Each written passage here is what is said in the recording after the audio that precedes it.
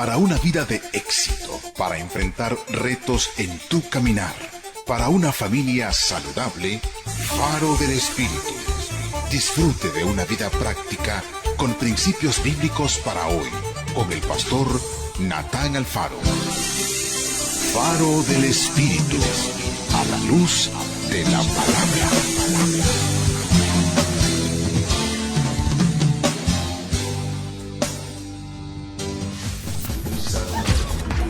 ¿Quién dijo amigos? Un amigo es el que sin herirte te aclara lo que entendiste mal o te saca del error. Claro, ¿cuántas veces has ayudado a tu amigo o a tu amiga? Es fácil, ¿verdad? Cuando quieres y puedes. Pero ¿qué tal si no es tu amigo, sino tu enemigo?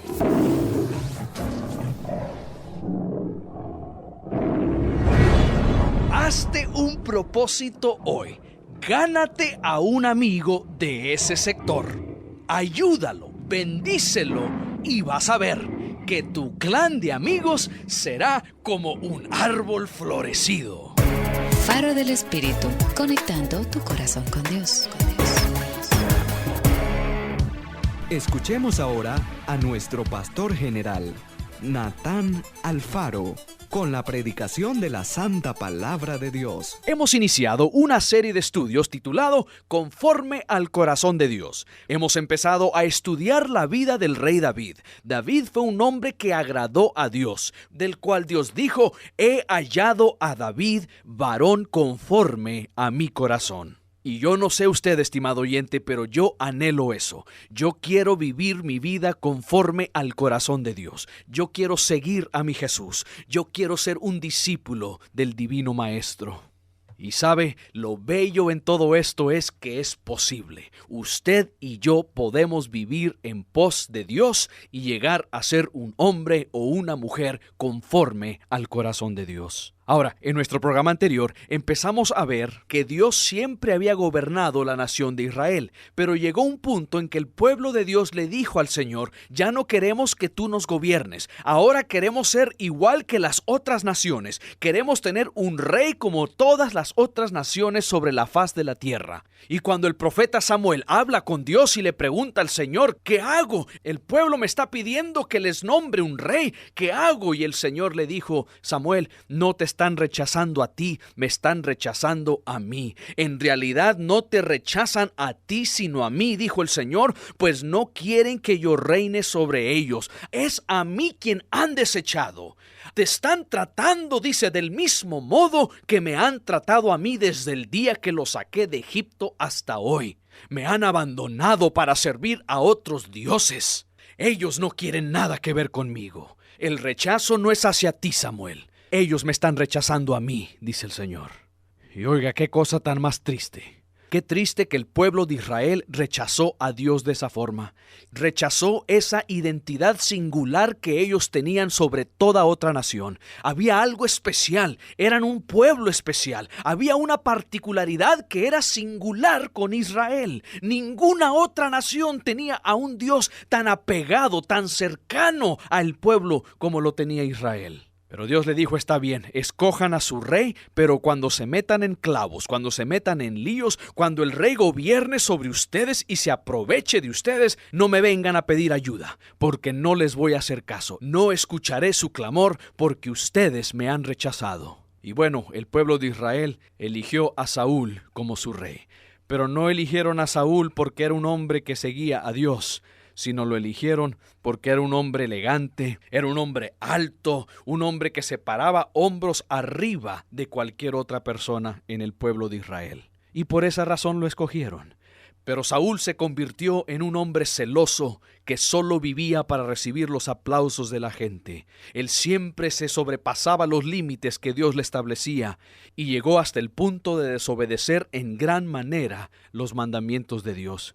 Y por lo tanto el Señor lo rechazó y seleccionó a David, que fuera el próximo rey.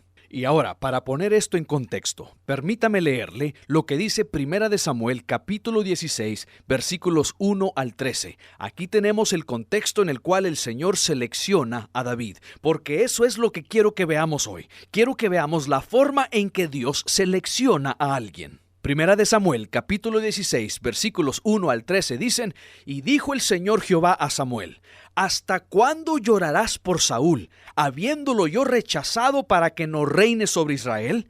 Llena tu cuerno de aceite y ven, te enviaré a Isaí de Belén, porque de entre sus hijos me he elegido un rey. Samuel preguntó: ¿Cómo iré? Si Saúl lo supiera, me mataría. Y el Señor Jehová respondió diciéndole: Toma contigo una becerra de la vacada, y di: A ofrecer sacrificio al Señor Jehová he venido. Invita a Isaí al sacrificio, y yo te enseñaré lo que has de hacer. Me ungirás al que yo te diga. Hizo pues Samuel como el Señor le dijo. Luego que llegó a Belén, los ancianos de la ciudad salieron a recibirlo con miedo, y le preguntaron: ¿Es pacífica tu venida? Sí, vengo a ofrecer sacrificio al Señor Jehová. Santificaos y venid conmigo al sacrificio, respondió él. Luego santificó él a Isaí y a sus hijos y los invitó al sacrificio. Aconteció que cuando ellos vinieron, vio él a Eliab y se dijo: De cierto delante del Señor Jehová está su ungido. Pero el Señor Jehová respondió a Samuel: No mires a su aparecer, ni a lo grande de su estatura, porque yo lo desecho. Porque el Señor no mira lo que mira el hombre, pues el hombre mira lo que está delante de sus ojos, pero el Señor mira el corazón. Entonces llamó Isaí a Abinadab, y lo hizo pasar delante de Samuel, el cual dijo: Tampoco a éste ha escogido el Señor. Hizo luego pasar Isaí a Sama, pero Samuel dijo: Tampoco a éste ha elegido el Señor. Hizo luego pasar Isaí 7 hijos suyos delante de Samuel, pero Samuel le dijo a Isaí: El Señor no ha elegido a estos. Entonces dijo Samuel a Isaí: ¿Son estos todos tus hijos? Isaí respondió: Queda aún el menor, que apacienta las ovejas. Y dijo Samuel a Isaí: Envía por él, porque no nos sentaremos a la mesa hasta que él venga aquí. Envió pues por él, y lo hizo entrar. Era rubio, de hermosos ojos y de buen parecer. Entonces el Señor dijo: Levántate y úngelo, porque éste es. Samuel entonces tomó el cuerno del aceite y lo ungió en medio de sus hermanos. A partir de aquel día vino sobre David el Espíritu del Señor Jehová. Se levantó luego Samuel y regresó a Rama.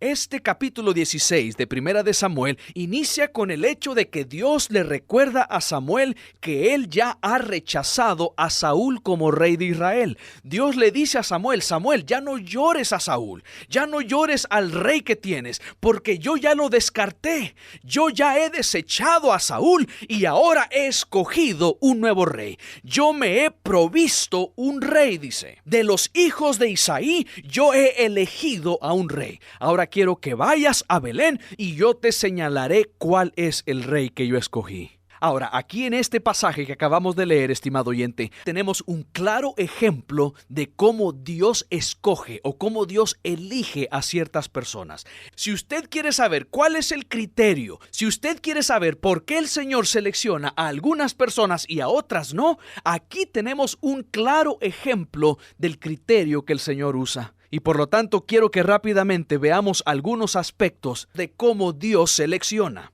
Ahora, antes de todo, debemos de reconocer que Dios es soberano. Dios es soberano en su forma de actuar. Por lo tanto, Dios es soberano en su selección. La selección que Dios hace está basada sobre su soberana providencia. En otras palabras, es una decisión absoluta de parte de Dios. Dios es quien determina a quién seleccionar y a quién no seleccionar. Es una decisión absoluta de parte de Él. La verdad es que Dios es quien elige y quien determina el cuándo, el cómo, el dónde y con quién. Dios lo hace todo porque Él es un Dios soberano y su selección es de soberana providencia. El hombre no puede manipular a Dios. El hombre no puede obligarle a Dios. El hombre no puede, como por decir, torcerle el brazo a Dios y obligarlo a que haga algo. No, Dios obra y opera en su propia y absoluta potestad. Y esto, estimado oyente, es algo que usted y yo debemos de entender. Dios es soberano y nadie le dice a Dios qué hacer, cómo hacerlo, cuándo hacerlo, dónde hacerlo y con quién hacerlo. No, Dios obra y opera en su propia y absoluta potestad. Y podemos ver eso aquí también. Aquí podemos ver que en el contexto en el cual se encontraba el pueblo de Israel y especialmente el rey Saúl, aquí encontramos un contexto de rebelión, de maldad y de rechazo a Dios. Aún así, cuando el pueblo ha rechazado a Dios, cuando la nación le ha dado las espaldas a Dios, cuando el rey se ha convertido en contra de los principios de Dios, aún en medio de esa rebelión, de esa maldad y de ese rechazo, allí el Señor inicia el proceso de elegir un nuevo rey para Israel. Dios estaba listo para levantar a un nuevo rey.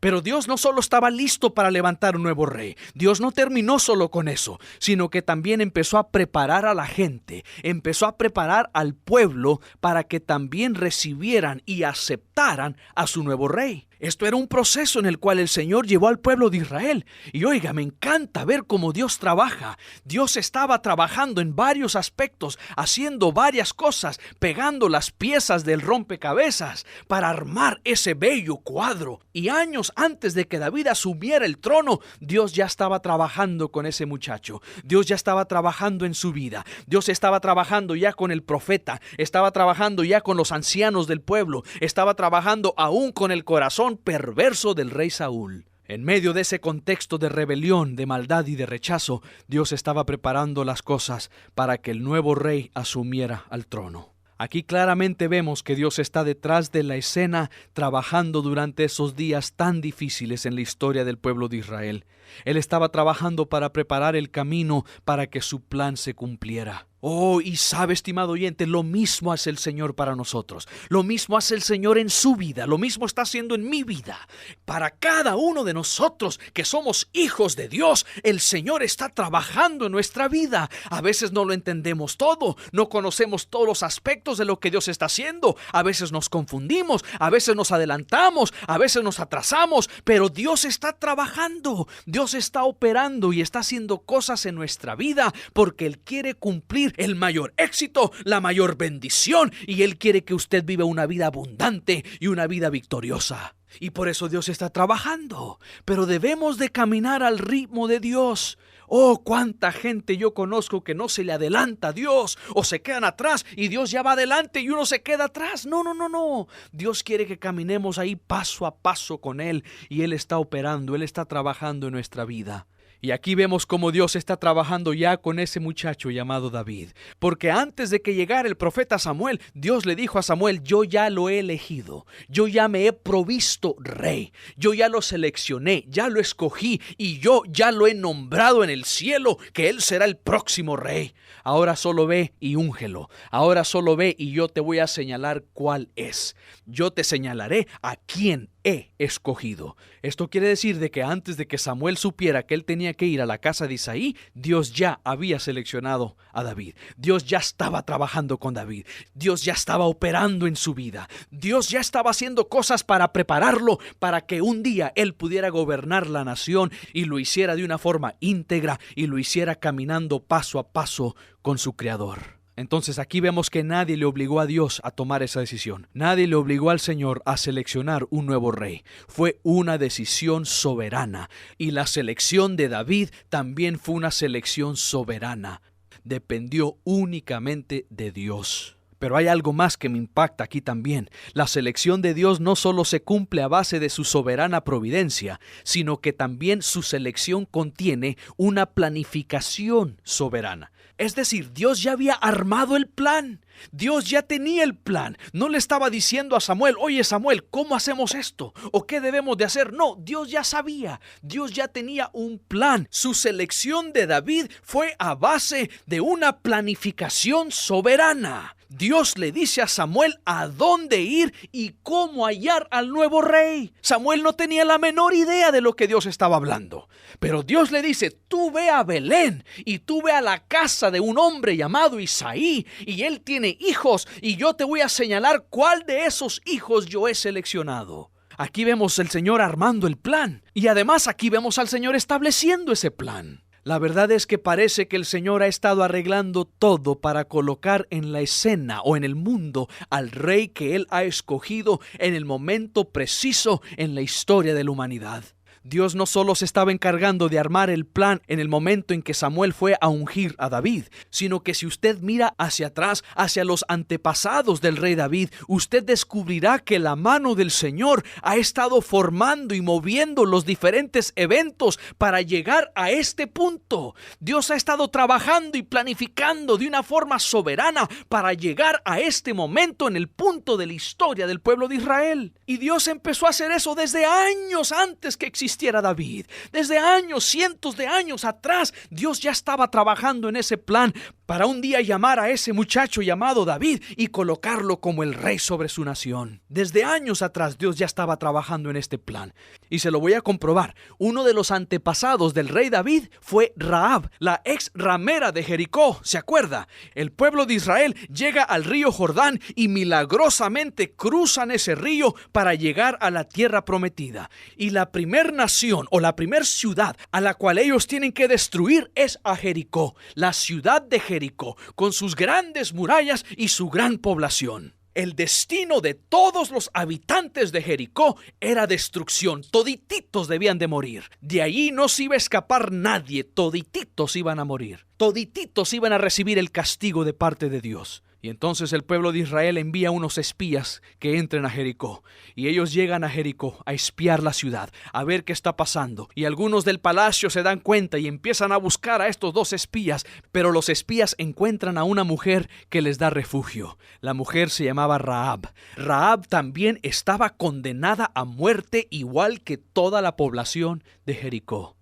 Pero ella había escuchado del Dios de Israel. Ella había escuchado lo que Dios había hecho al otro lado del Jordán con el pueblo de Israel. Entonces cuando ella se da cuenta que hay espías de Israel, ella los esconde en su casa. Y cuando vienen a buscar, ella dice, no, aquí no hay nadie, aquí no hay nadie.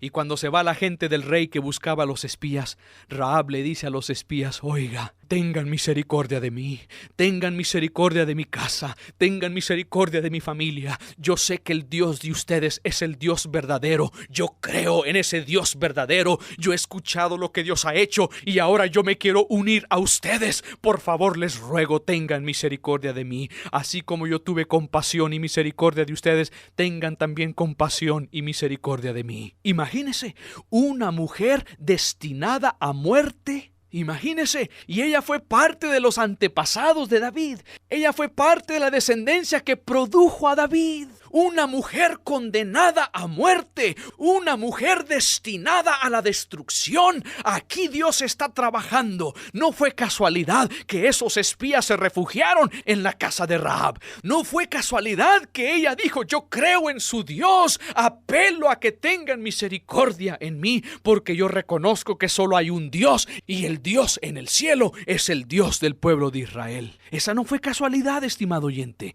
Ahí Dios ya estaba trabajando. David no hubiera existido si no fuera por Rahab. David nunca hubiera nacido si Rahab hubiera muerto en Jericó. Fue un plan soberano de Dios desde cientos de años atrás, antes de que existiera David.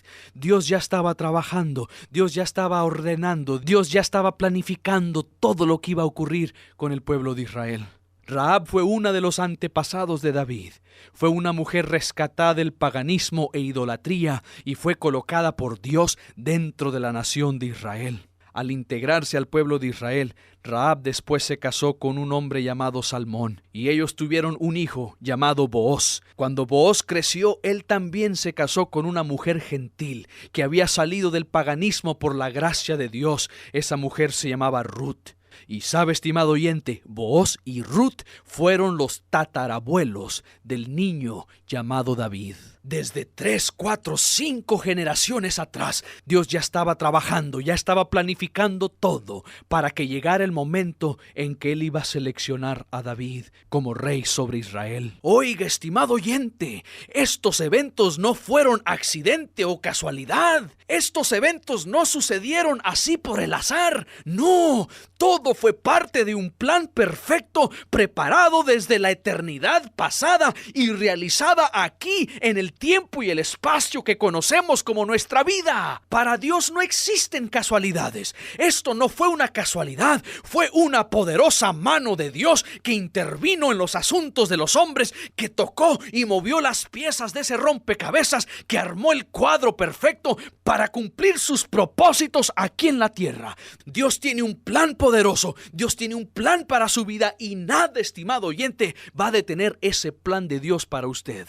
Desde años atrás, 3, 4, 5, 6 generaciones atrás, Dios ya ha estado trabajando. Dios ya estuvo haciendo cosas a través de sus antepasados para poder llegar a usted, para poder tocar su corazón. Dios ha estado trabajando, Dios ha estado planificando las cosas para poder darle a usted una vida victoriosa, éxito en todo lo que usted hace y poder bendecir su vida más de lo que usted se imagina. Créame, porque es la verdad. Créame, porque así trabaja nuestro Dios. Yo puedo ver en mi propia vida, cuando yo me pongo a observar mis antepasados, cuando yo veo mi familia, cuando yo veo mis abuelos, tatarabuelos y tatarabuelos, y veo lo que Dios hizo en ellos y lo que Dios cumplió en su vida y lo que Dios les permitió lograr en su vida. Yo veo un plan que Dios está armando, un plan que Dios preparó para un día tenerme aquí en Nicaragua, para un día anunciar las buenas nuevas del Evangelio, para un día proclamar que hay salvación, que la salvación se encuentra únicamente en Jesucristo, porque Él dijo: yo soy el camino, la verdad y la vida, y nadie viene al Padre si no es por mí. Yo puedo ver la mano de Dios a través de la historia. Yo puedo ver lo que Dios ha hecho para traerme a este punto en mi vida. Oh, estimado oyente, usted tiene que creer que Dios tiene un plan maravilloso para usted, un plan de bendición para su vida. Y Dios ha estado arreglando las cosas para que usted conozca a Dios, para que usted experimente ese plan glorioso que Él tiene. La selección de Dios siempre es a base de su soberana providencia.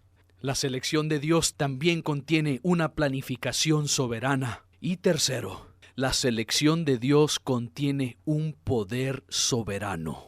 En 1 Samuel capítulo 16, versículo 1, las Sagradas Escrituras nos dicen: Dios dijo a Samuel: ¿hasta cuándo llorarás a Saúl, habiéndolo yo desechado para que no reine sobre Israel? Llena tu cuerno de aceite y ven, te enviaré a Isaí de Belén, porque de sus hijos me he provisto rey, o he elegido rey. Ahora, note esa frase, esa última frase: me he provisto rey, o he seleccionado, he elegido un rey de los hijos de Isaí. Aquí vemos un poder soberano para seleccionar. No fue Samuel el que lo seleccionó, no fue Isaí el que lo seleccionó, no fue Saúl el que lo seleccionó, ni siquiera fue la población, no fue la nación. Nadie votó por David. Dios lo seleccionó, Dios lo escogió. Fue una selección que contiene un poder soberano. Como Dios tiene todo poder, como Él es un Dios de absoluto poder, entonces Dios lo seleccionó, Dios lo escogió, porque Él es soberano. Dios se propuso a seleccionarlo y lo seleccionó porque Él tiene el poder para hacerlo. Mucha gente tiene grandes planes,